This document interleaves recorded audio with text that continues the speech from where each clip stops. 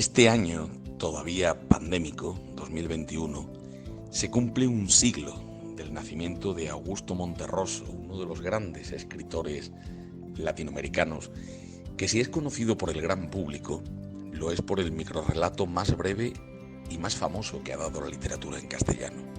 El cuento lo conoce mucha gente. Cuando despertó, el dinosaurio todavía estaba allí. Monterroso, Tito Monterroso, como era conocido, que había nacido en Tegucigalpa, Honduras, en 1921, pasó buena parte de su vida en Guatemala y finalmente se exilió a México, donde murió en el año 2003. Ahora que se cumplen 100 años de su nacimiento, y como las efemérides son tan buenas oportunidades de recuperar cosas que merecen la pena, desde la asignatura de literatura del aula de la experiencia de la Universidad de Sevilla, en Los Palacios y Villafranca, y desde su asociación de alumnos y exalumnos, hemos decidido ponerle foco a su obra, breve pero inagotable desde el punto de vista de la imaginación. Nunca un autor dijo tanto escribiendo tan poco. Otro gigante de la narrativa, el premio Nobel, Gabriel García Márquez, dijo de él que hay que leerlo manos arriba. Su peligrosidad se funda en la sabiduría solapada y la belleza mortífera de la falta de seriedad. Realmente Monterroso, que fue cónsul en Bolivia, en Chile, que fue premio Príncipe de Asturias de las Letras en el año 2000, es un genio del miniaturismo narrativo.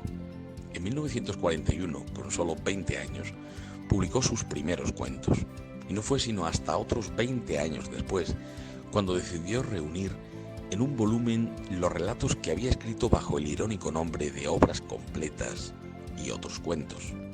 10 años después publicó La Oveja Negra y demás fábulas. Tiene solamente una novela, titulada Lo demás es silencio. Y lo que ahora nos proponemos desde el aula de la experiencia es rescatar su inteligente obra para que arroje luz sobre este tiempo gris del que tratamos de desprendernos. Vamos a hacer entre todos un collage de relatos, microrrelatos, fábulas, que suponga un derroche de lucidez en este curso en el que, a pesar de no haber clases, tenemos que seguir aprendiendo. En lo que vamos a escuchar a continuación hay muchos textos de Monterroso, la mayoría, pero también hay uno propio de nuestro amigo Antonio Repiso, por ejemplo, otro también propio de Margarita Valdivieso y otro más de Mila Vela, a la que, por cierto, tenemos que agradecerle un año más su iniciativa e implicación en esta actividad que señala cada 23 de abril el Día de las Letras.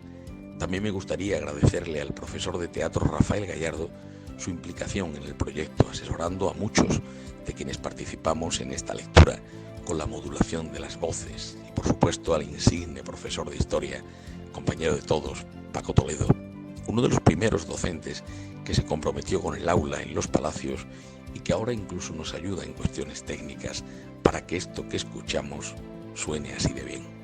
Celebremos a Monterroso, leamos a Monterroso. Gracias.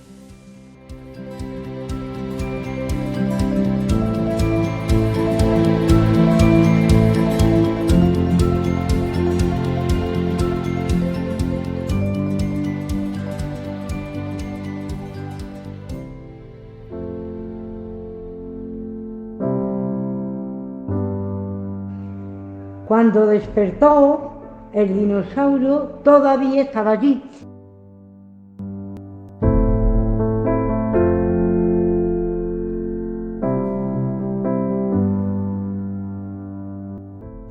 El paraíso imperfecto.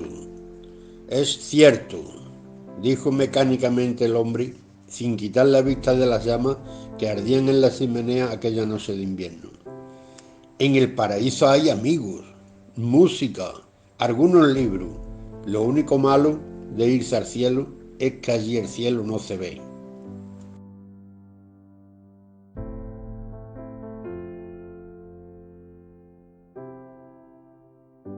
El concierto. Dentro de escasos minutos ocupará con elegancia su lugar ante el piano. Va a recibir con una inclinación casi imperceptible el ruidoso homenaje del público. Su vestido, cubierto con lentejuelas, brillará como si la luz reflejara sobre él el acelerado aplauso de los 117 personas que llenan esta pequeña y exclusiva sala, en la que mis amigos aprobarán o rechazarán, no lo sabré nunca, sus intentos de reproducir la más bella música, según creo, del mundo. Lo creo, lo sé. Bach, Mozart, Beethoven, estoy acostumbrado a oír que son insuperables, y yo mismo he llegado a imaginarlo y a decir que lo son. Particularmente, preferiría no encontrarme en tal caso. En lo íntimo, estoy seguro de que no me agradan, y sospecho que todos adivinan mi entusiasmo mentiroso. Nunca he sido un amante del arte. Si a mi hija no se le hubiera ocurrido ser pianista, yo no tendría ahora este problema. Pero soy su padre y sé mi deber. Tengo que oírla y apoyarla. Soy un hombre de negocios y solo me siento feliz cuando manejo las finanzas. Lo repito, no soy artista. Si hay un arte en acumular una fortuna, en ejercer el dominio del mercado mundial y en aplastar a los competidores, reclamo el primer lugar de este arte. La música es bella, cierto, pero ignoro si mi hija es capaz de recrear esa belleza. Ella misma lo duda. Con frecuencia, después de las audiciones, la he visto llorar, a pesar de los aplausos. Por otra parte, si alguno aplaude sin fervor, mi hija tiene la facultad de descubrirlo entre la concurrencia, y esto basta para que sufra y lo odie con ferocidad de ahí en adelante. Pero es raro que alguien apruebe fríamente. Mis amigos más cercanos han aprendido en carne propia que la frialdad en el aplauso es peligrosa y puede arruinarlos. Si ella no hiciera una señal de que considera suficiente la ovación, seguirían aplaudiendo toda la noche por el temor que sienten cada uno de ser el primero en dejar de hacerlo.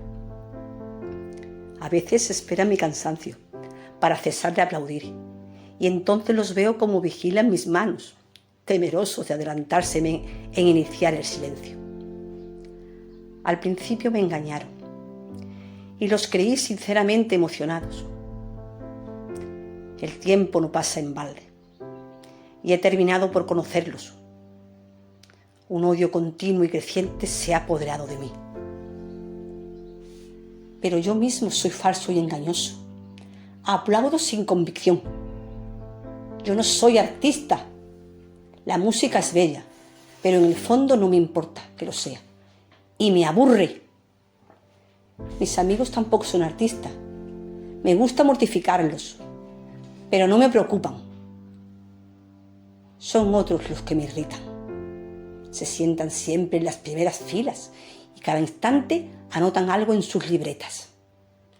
Reciben pases gratis que mi hija escribe con cuidado y les envía personalmente. También los aborrezco.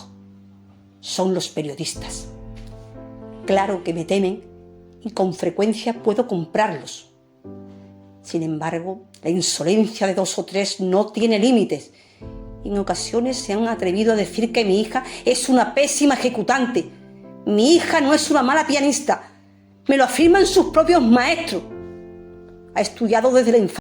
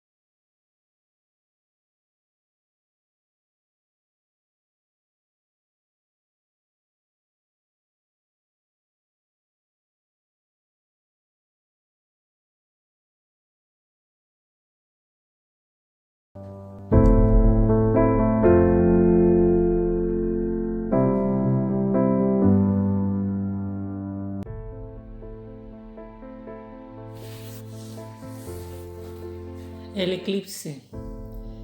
Cuando Fray Bartolomé Arrazola se sintió perdido, aceptó que ya nada podría salvarlo. La selva poderosa de Guatemala lo había apresado, implacable y definitiva. Ante su ignorancia topográfica se sentó con tranquilidad a esperar la muerte. Quiso morir allí, sin ninguna esperanza, aislado, con el pensamiento fijo en la España distante, particularmente en el convento de los Abrojos, donde Carlos V condescendiera una vez a bajar de su eminencia para decirle que confiaba en el celo religioso de su labor redentora. Al despertar se encontró rodeado por un grupo de indígenas de rostro impasible, que se disponían a sacrificarlo ante un altar que a Bartolomé le pareció como el lecho en que descansan, al fin de sus temores, de su destino, de sí mismo. 3 años en el país le habían conferido un mediano dominio de las lenguas nativas. Intentó algo, dijo algunas palabras que fueron comprendidas. Entonces floreció en él una idea que tuvo por digna de su talento y de su cultura universal y de su arduo conocimiento de Aristóteles. Recordó que para ese día le esperaba un eclipse total de sol y dispuso en lo más íntimo valerse de aquel conocimiento para engañar a sus opresores y salvar la vida. «Si me matáis», les dijo, «puedo hacer que el sol se oscurezca en su altura». Los indígenas lo miraron fijamente y Bartolomé sorprendió la incredulidad en sus ojos. Vio que se produjo un pequeño consejo y esperó confiado, no sin cierto desdén. 2 horas después, el corazón de Fray Bartolomé Arrazola chorreaba su sangre vehemente sobre la piedra de los sacrificios, brillante bajo la opaca luz de un sol eclipsado, mientras uno de los indígenas recitaba sin ninguna inflexión de voz, sin prisa, una por una, las infinitas fechas en que se producirían eclipses solares y lunares, que los astrónomos de la comunidad maya habían previsto y anotado en sus códices, sin la valiosa ayuda de Aristóteles.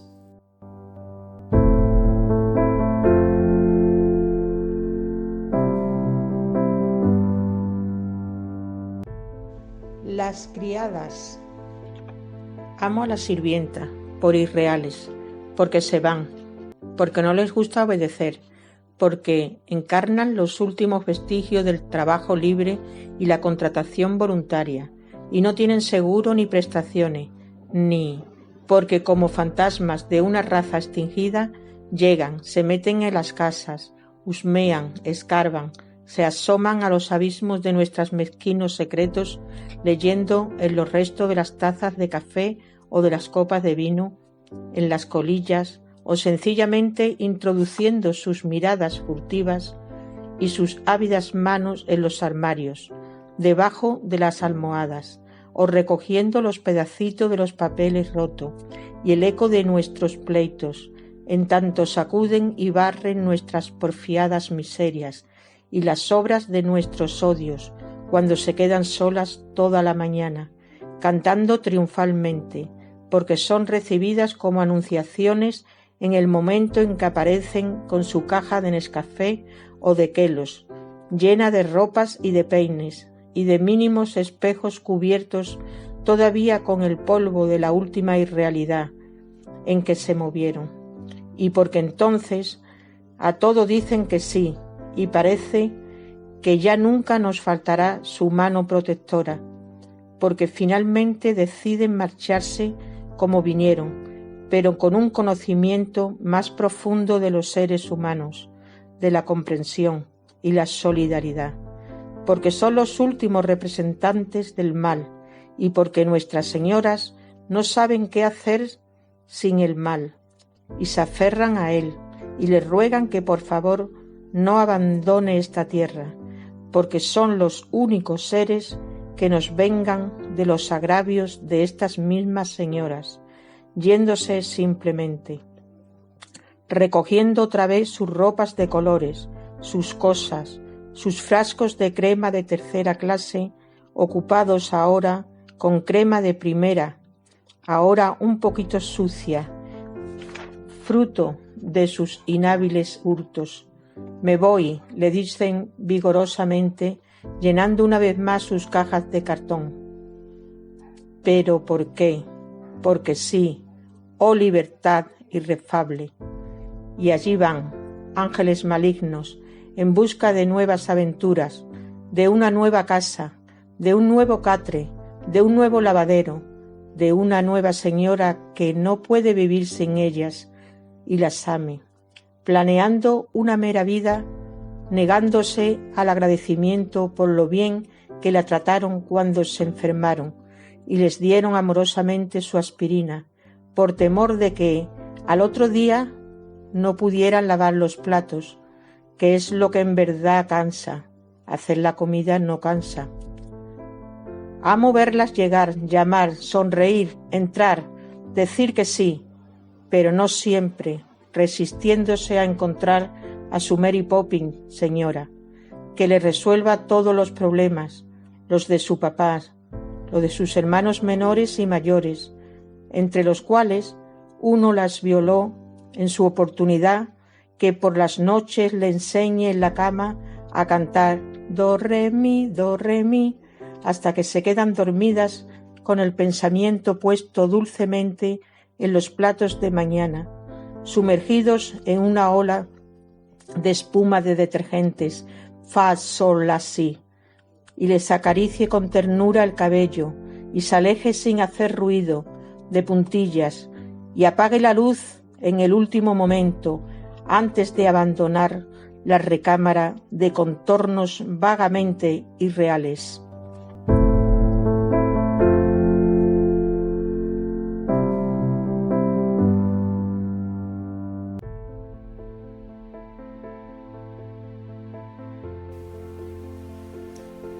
La brevedad.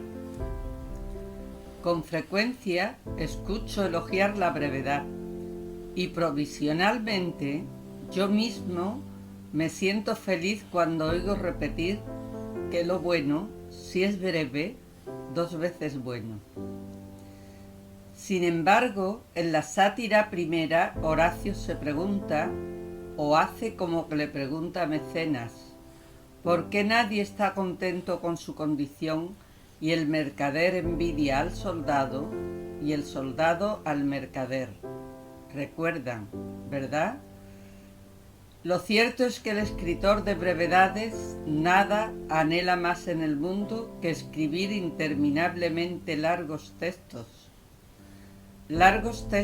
en los que la imaginación no tenga que trabajar, en que hechos, cosas, animales y hombres se crucen, se busquen o se huyan, vivan, convivan, se amen o derramen libremente su sangre sin sujeción al punto y coma, al punto.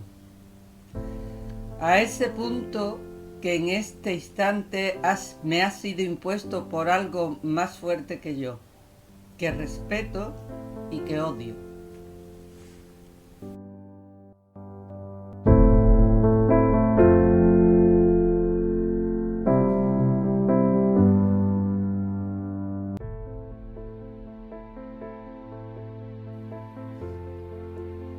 La tela de Penélope o quién engaña a quién. Hace muchos años vivía en Grecia un hombre llamado Ulises, quien a pesar de ser bastante sabio, era bastante astuto. Casado con Penélope, mujer bella singularmente dotada, cuyo único defecto era su desmedida afición a tejer, costumbre gracias a la cual pudo pasar sola largas temporadas. Dice la leyenda que en cada ocasión que Ulises, con astucia, observaba que a pesar de sus prohibiciones, ella se disponía una vez más a iniciar uno de sus interminables tejidos, se le podía ver por las noches preparando a hurtadillas sus botas y una buena barca, hasta que sin decir nada se iba a recorrer el mundo y a buscarse a sí mismo. De esta manera, ella conseguía mantenerlo alejado mientras coqueteaba con sus pretendientes, haciéndoles creer que tejía mientras que Ulises viajaba, y no que Ulises viajaba mientras que ella tejía.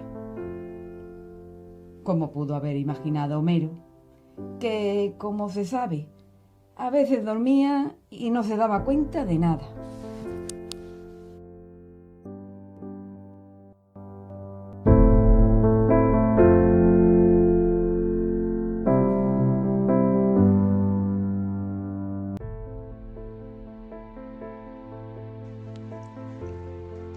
En relación al poema recitado por nuestra compañera Encarni Rosa referente a Ulises y a Penélope, he compuesto esta hora marítima como metáfora a la odisea del mismo Ulises y la he titulado Hora marítima a la Ítaca jubilar. He atravesado mi pincel en los quiebros de esta final angostura y con remos de versos sobrevivo al maremoto de emociones inducidas en las fauces del placebo virtual y así prolongar la meta de Ítaca. Con el blanco espumante de las olas pinto alas con la que creo alejarme de mi epitafio y con azul marino difumino la sombra de mi odisea en la carta náutica de amor tiempo y así prolongar la meta de Ítaca.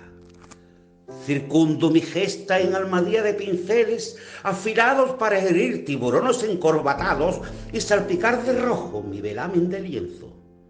Luego me sumerjo en batiscafo de seda para eclosionar con alas pigmentadas de versos y así prolongar la meta de Ítaca. Para esquivarla y contracorriente, hoy me disfrazo de grumete con gruñón, dispuesto a desafiar el puerto inevitable, con versos náufragos, garabateándolos como estelas de renglones torcidos de Dios, y así prolongar la meta de Ítaca. Señor, déjame repetir la odisea de pintar tu nombre, olvidados en los quicios de las tabernas de rimas portuarias. Pues seguiré rumbo a tu divina bahía, la que antes soslayé porque estaban balizadas con una astilla de mi cruz brújula y así prolongar la meta de Ítaca. Pero no me redimas con volver a retar los monóculos polifemo que en tu playa de amor traman lapidar las sirenas de mi odisea, porque cantando mi resistencia les rajé su dosmáticas velas y así prolongar la meta de mi Ítaca.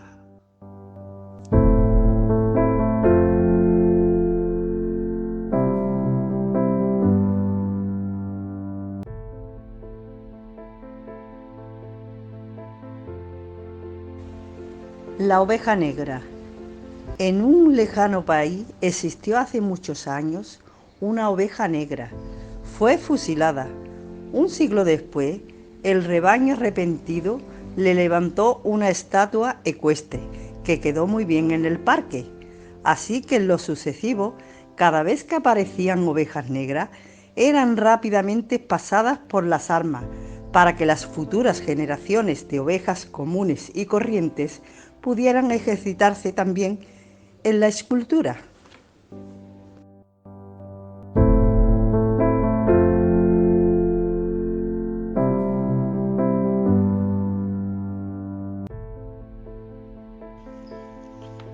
Los otros 6. Dice la tradición que en un lejano país existió hace algunos años un búho que a fuerza de meditar y quemarse las pestañas estudiando, pensando, traduciendo, dando conferencias, escribiendo poemas, cuentos, biografías, crónicas de cine, discursos, ensayos literarios y algunas cosas más, llegó a saberlo y a tratarlo prácticamente todo en cualquier género de los conocimientos humanos, en forma tan notoria que sus entusiastas contemporáneos pronto lo declararon uno de los 7 sabios del país, sin que hasta la fecha se haya podido averiguar quiénes eran los otros 6.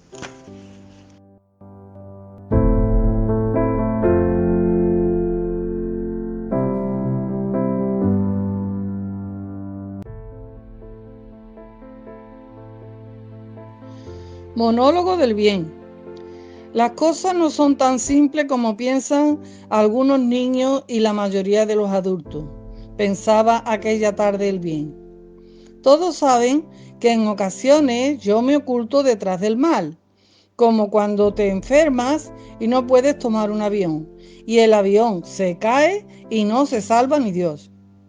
Y que a veces, por el contrario, el mal se esconde detrás de mí, como aquel día en que el hipócrita de Abel se hizo matar por su hermano Caín para que éste quedara mal con todo el mundo y no pudiera reponerse jamás. Las cosas no son tan simples.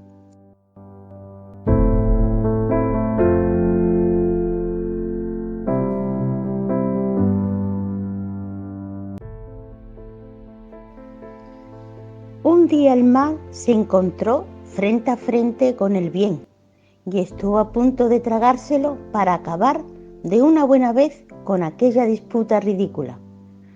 Pero al verlo tan chico el mal pensó: esto no puede ser más que una emboscada, pues si yo ahora me trago al bien, que se ve tan débil, la gente va a pensar que hice mal, y yo me encogeré tanto de vergüenza que el bien no desperdiciará la oportunidad y me entregará a mí, con la diferencia de que entonces la gente pensará que él sí hizo bien, pues es difícil sacarla de sus moldes mentales consistente en que lo que hace el mal está mal y lo que hace el bien está bien, y así el bien se salvó una vez más.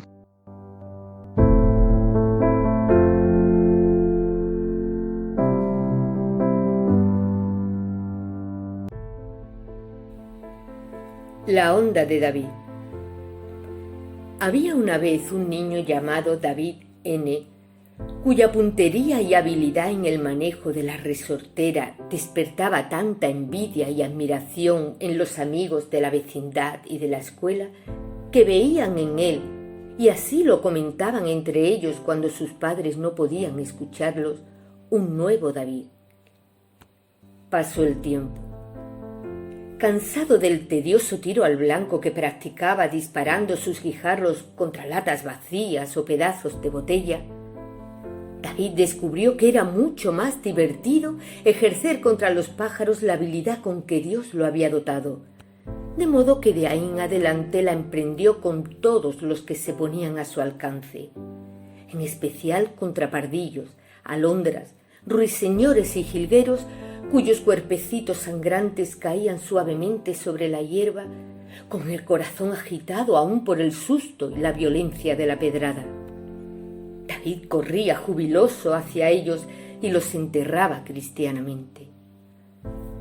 Cuando los padres de David se enteraron de esta costumbre de su buen hijo, se alarmaron mucho. Le dijeron que qué era aquello, y afearon su conducta en términos tan ásperos y convincentes que, con lágrimas en los ojos, él reconoció su culpa, se arrepintió sincero y durante mucho tiempo se aplicó a disparar exclusivamente sobre los otros niños. Dedicado años después a la milicia, en la Segunda Guerra Mundial, David fue ascendido a general y condecorado con las cruces más altas por matar él solo a 36 hombres. Y más tarde, degradado y fusilado por dejar escapar con vida una paloma mensajera del enemigo.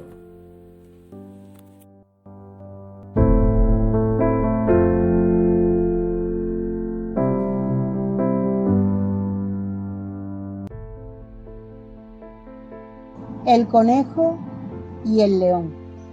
Un célebre psicoanalista se encontró cierto día en medio de la selva, semiperdido. Con la fuerza que dan el instinto y el afán de investigación, logró fácilmente subirse a un altísimo árbol, desde el cual pudo observar a su antojo no sólo la lenta puesta del sol, sino además la vida y costumbres de algunos animales, que comparó una y otra vez con las de los humanos. Al caer la tarde, vio aparecer por un lado al conejo, por otro al león. En un principio no sucedió nada digno de mencionarse, pero poco después ambos animales sintieron sus respectivas presencias y, cuando toparon el uno con el otro, cada cual reaccionó como lo había venido haciendo desde que el hombre era hombre. El león estremeció la selva con sus rugidos, sacudió la melena majestuosamente, como era su costumbre, y hendió el aire con sus garras enormes. Por su parte, el conejo respiró con mayor celeridad. Vio un instante a los ojos del león, dio media vuelta y se alejó corriendo. De regreso a la ciudad, el célebre psicoanalista publicó Cum Laude, su famoso tratado en que demuestra que el león es el animal más infantil y cobarde de la selva, y el conejo el más valiente y maduro. El león ruge y hace gestos y amenaza al universo movido por el miedo. El conejo advierte esto, conoce su propia fuerza y se retira antes de perder la paciencia y acabar con aquel ser extravagante y fuera de sí, al que comprende y que después de todo no le ha hecho nada.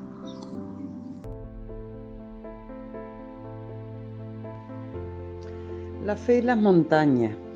Al principio la fe movía montañas solo cuando era absolutamente necesario, con lo que el paisaje permanecía igual a sí mismo durante milenios. Pero cuando la fe comenzó a propagarse y la gente le pareció divertida la idea de mover montañas, éstas no hacían sino cambiar de sitio, y cada vez era más difícil encontrarlas en el lugar en que uno los había dejado la noche anterior, cosa que por supuesto creaba más dificultades que las que resolvía. La buena gente prefirió entonces abandonar la fe y ahora las montañas permanecen por lo general en su sitio. Cuando en la carretera se produce un derrumbe bajo el cual mueren varios viajeros, es que alguien muy lejano o inmediato tuvo un ligerísimo atisbo de fe.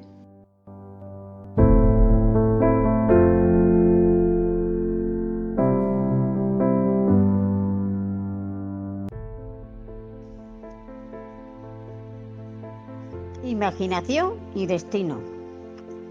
En la calurosa tarde de verano, un hombre descansa acostado viendo el cielo bajo un árbol. Una manzana cae sobre su cabeza. Tiene imaginación. Se va a su casa y escribe la Oda a Eva.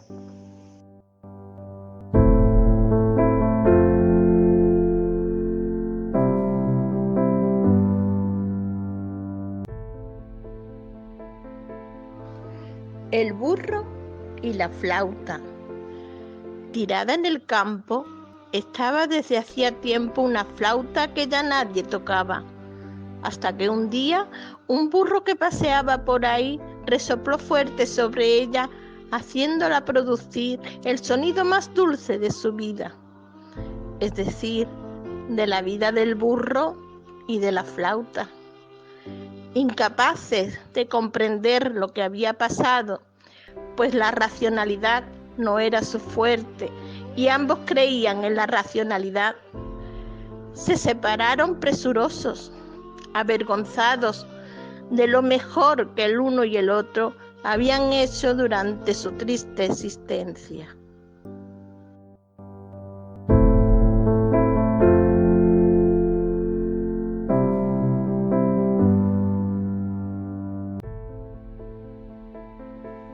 El apóstata arrepentido.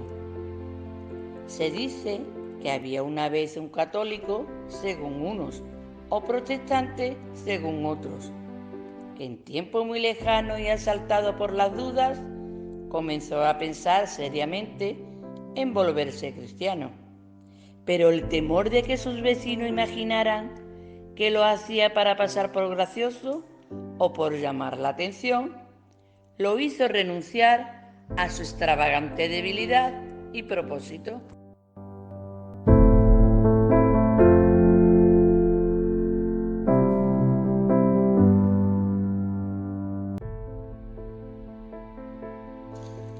Fecundidad. Hoy me siento bien, un balsam. Estoy terminando esta línea.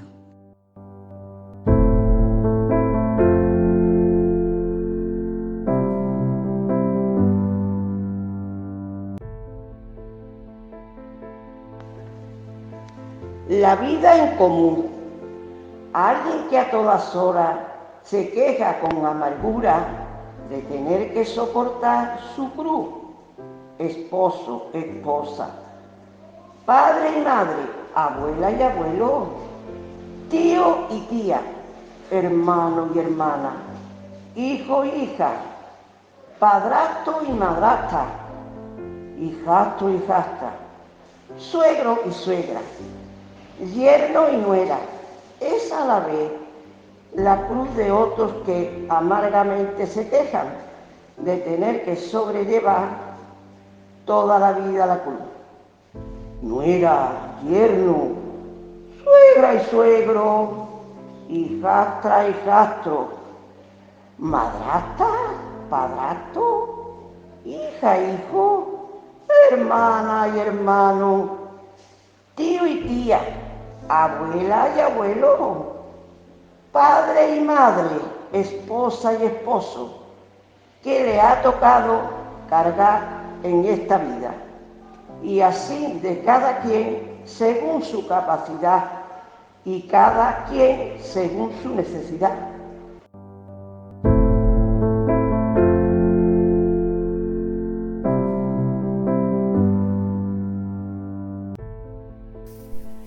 El grillo maestro. Allá en tiempos remotos, un día de los más calurosos del invierno, el director de la escuela entró sorpresivamente en el aula, en que el grillo daba a los grillitos su clase sobre el arte de cantar, precisamente en el momento de la exposición en que les explicaba que la voz del grillo era la mejor y la más bella entre todas las voces, pues se producía mediante el adecuado frotamiento de las alas contra los costados, en tanto que los pájaros cantaban tan mal porque se empeñaban en hacerlo con la garganta, evidentemente el órgano del cuerpo humano menos indicado para emitir sonidos dulces y armoniosos. Al escuchar aquello, el director, que era un grillo muy viejo y muy sabio, se retiró, satisfecho de que en la escuela todo siguiera como en sus tiempos.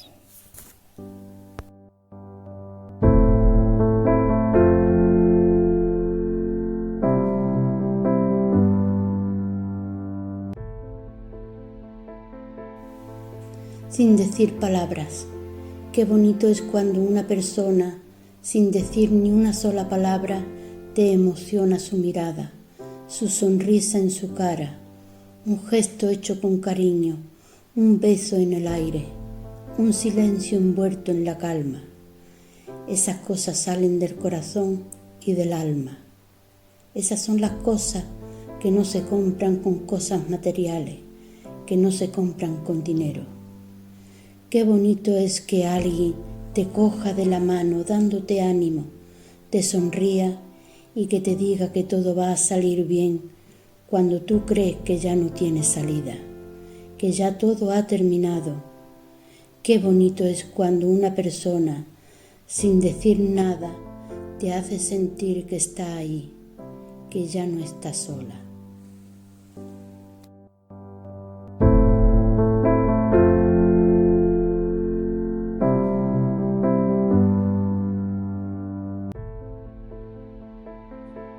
No te rindas. No te rindas, no, compañero de viaje, que tú y yo ya somos dos y yo no pienso soltarte. El mundo ha dado un giro, ya nada es igual como antes. Una maldita pandemia nos ha llevado al desastre. No te rindas, no, compañero de viaje, de 2 ya somos 22 y no pensamos soltarte. No podemos abrazarnos ni asistir a nuestras clases, se nos ha achicado el mundo. Estar vivos es lo importante. No te rindas, no, compañero de viaje, de 22 ya 50 y no pensamos soltarte. Ya van llegando vacunas, por favor, cuídate mucho. Ahora toca ser paciente hasta que comience el curso. No te rindas, no, compañero de viaje, de 50 ya somos 100 y no pensamos soltarte. De la tristeza a la alegría se pasa en un solo instante, si en el corazón albergas lo bueno que encontraste. No te rindas, no, compañero de viaje, de 100 ya somos 200 y no pensamos soltarte. La esperanza es nuestra arma, el amor es nuestro escudo y la amistad verdadera nos grita, todos para uno.